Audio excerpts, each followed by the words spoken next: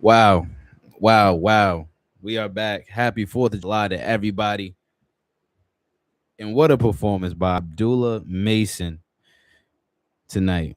In a card where it was kind of boring for most of the night, to be honest. I only saw a couple of fights. I'm not even gonna recap every fight. I'm gonna recap the last two. Shushu and Abdullah. But man, did the main event not disappoint.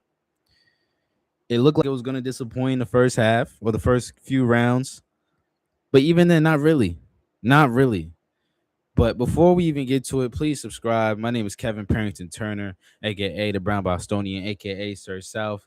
And on this page, I cover sports. I cover Boston sports. I cover the life of a sports reporter. A little bit of battle rap in there too. A little bit of pop culture in there too.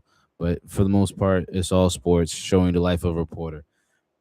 Forget all that. Tonight, Abdullah Mason stepped into stardom. Man, he really did to me.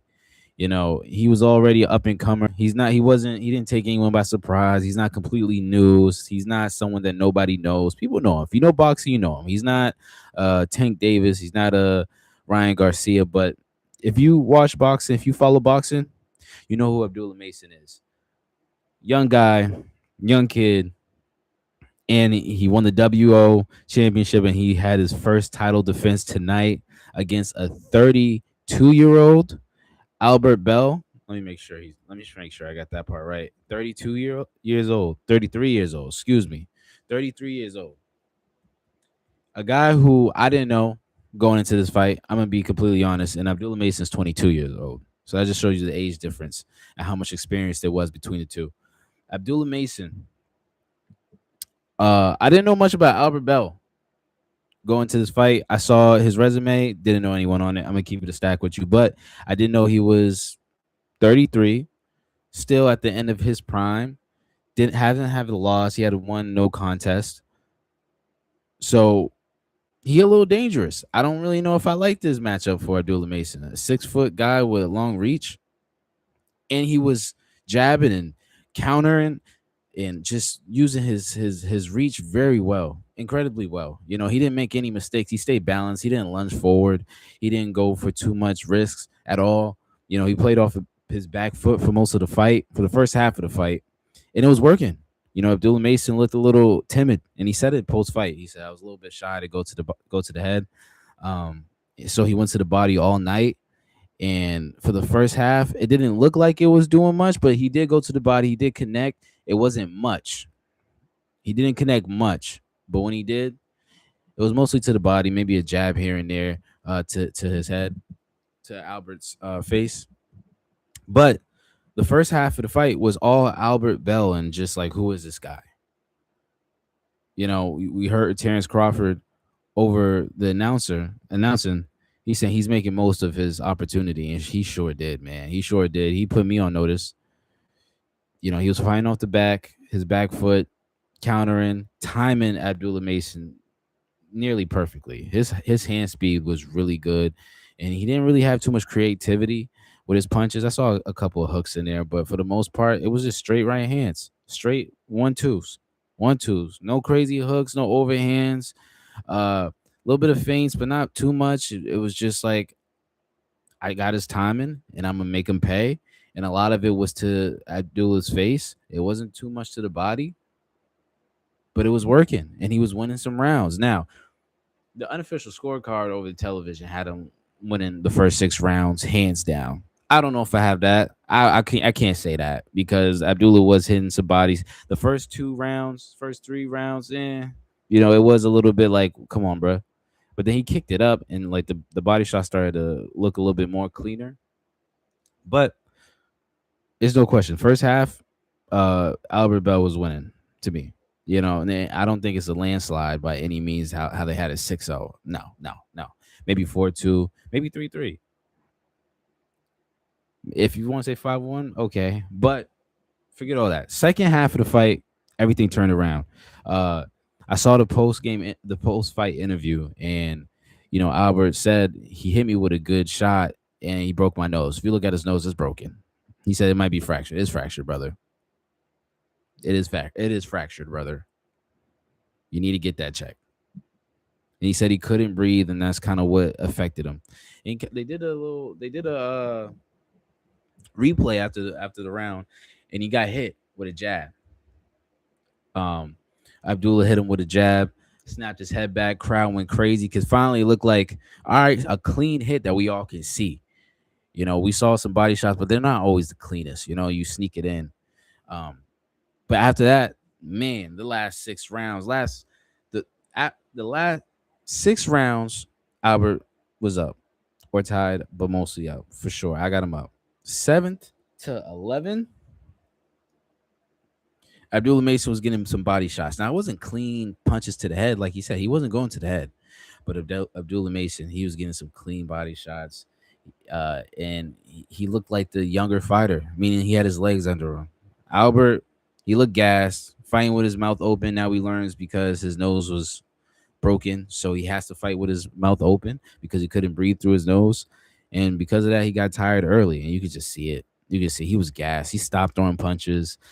His defense was still good. He was still kind of catching Abdullah Mason a little bit coming in with his good timing, but it wasn't enough. Abdullah Mason just started going crazy to the body. Punches, punches, punches, sneaking him in. It was starting to look clear. Crowds going wild, a lot of momentum.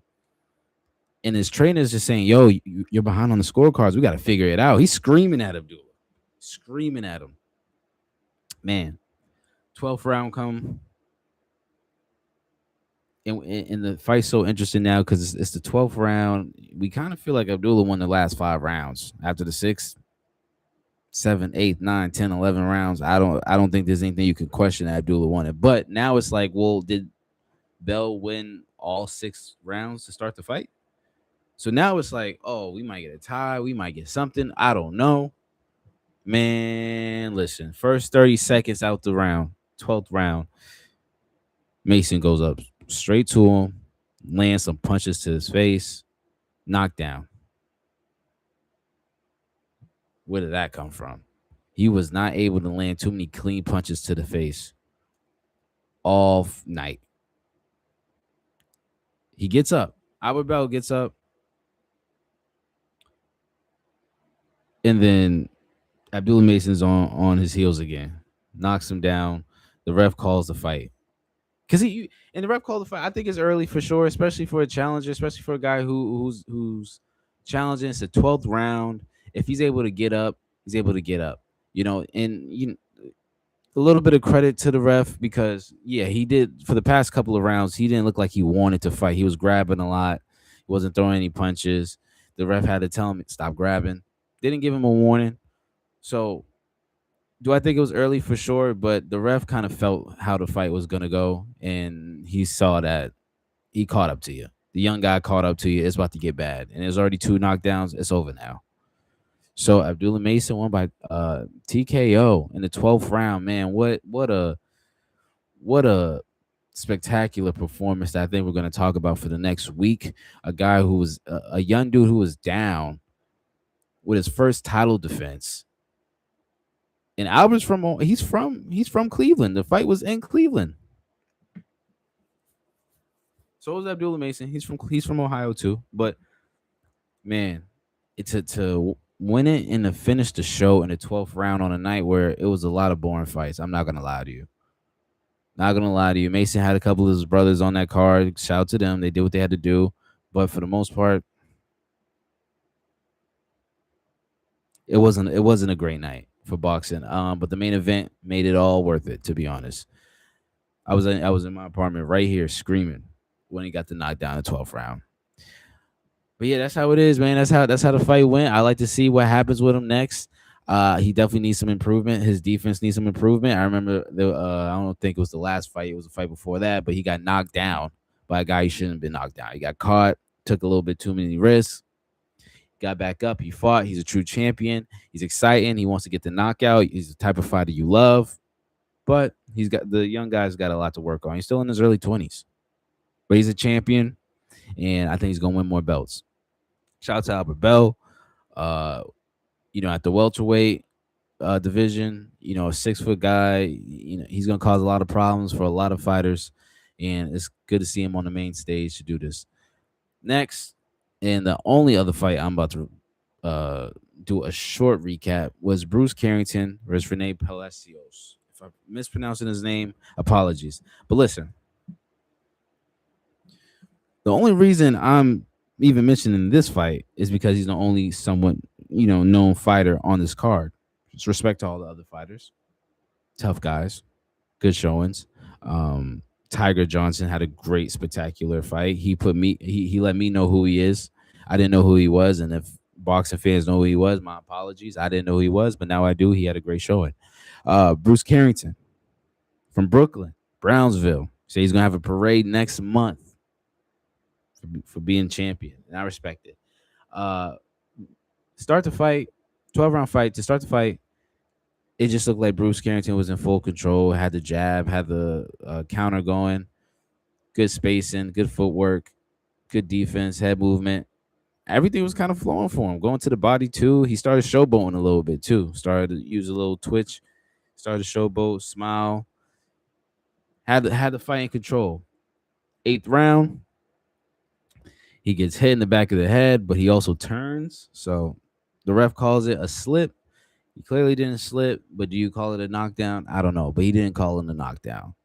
Would that have changed the scorecards? I don't think so, because towards the end of the fight, Carrington let his foot off the gas. He stopped throwing punches. He stopped taking chances. You don't want him to take chances, but he also stopped throwing punches. He stopped jabbing. The jab is what was killing his opponent all night.